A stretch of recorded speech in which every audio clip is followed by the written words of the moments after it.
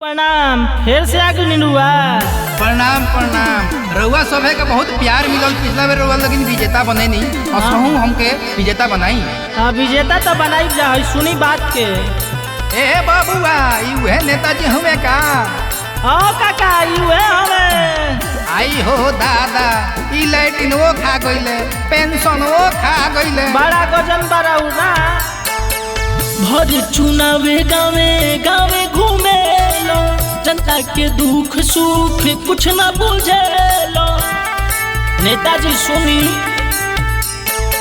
भर चुनावे गावे गावे घूमे लो, जनता के दुख सुख कुछ न बुझे लो। खाली कहेला बनाई जाबी जेताजी, खाली पहिनर पोस्टर टांग और फोटावे तू मांग। कौनो काम नहीं कइल तू ठीक नेताजी, खाली पहिनर पोस्टर टांग और फोटावे तू मांग। कौनो काम तू कइल न ठीक नेताजी। ए बाबुआ। हाँ चाचा। अरे हमारा हाइड्रोसिल के बड़ा दिक्कत होता। हाँ तो जनधन वाला खाता खोलवाई, नेताजी आइले बानी। पैसा कहाँ बताऊँ मैं? नेताजी से मांगी, कहत नहीं ठीक करब।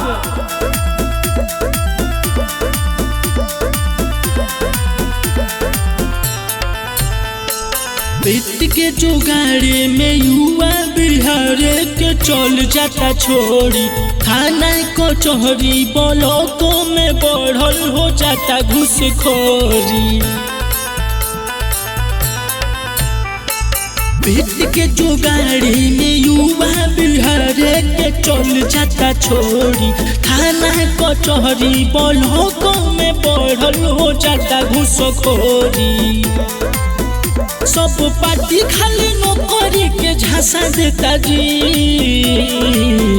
खाली बैनर पोस्टर टांग और वोट में तू मांगो। कौनो काम कइल आज लेना ठीक नेताजी, खाली बैनर पोस्टर टांग और वोट में तू मांगो। कइल काम आज ले कवनो ना ठीक नेताजी। ए काका, बड़का लइका का करता? बड़ा का? अरे वो तो बीए कोइले बा, पकौड़ा तलता।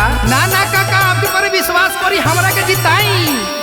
हर महीना 200 यूनिट बिजली पानी सब फ्री रउआ खाता में 2000 रुपया हर महीना आई। ओकरा बाद हर साल 2 करोड़ नौकरी के वादा बा। आज ले बिहार के बाढ़े से नहीं हो मिलल छुटकारा, गाँवों के गाँव दहलू गवा हो वही जाके भइले बेचारा। नेताजी सुन लो।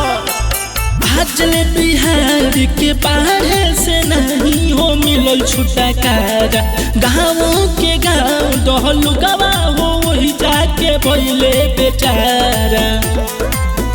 मीडिया के रोज रोज खाली फुटेज लेता जी,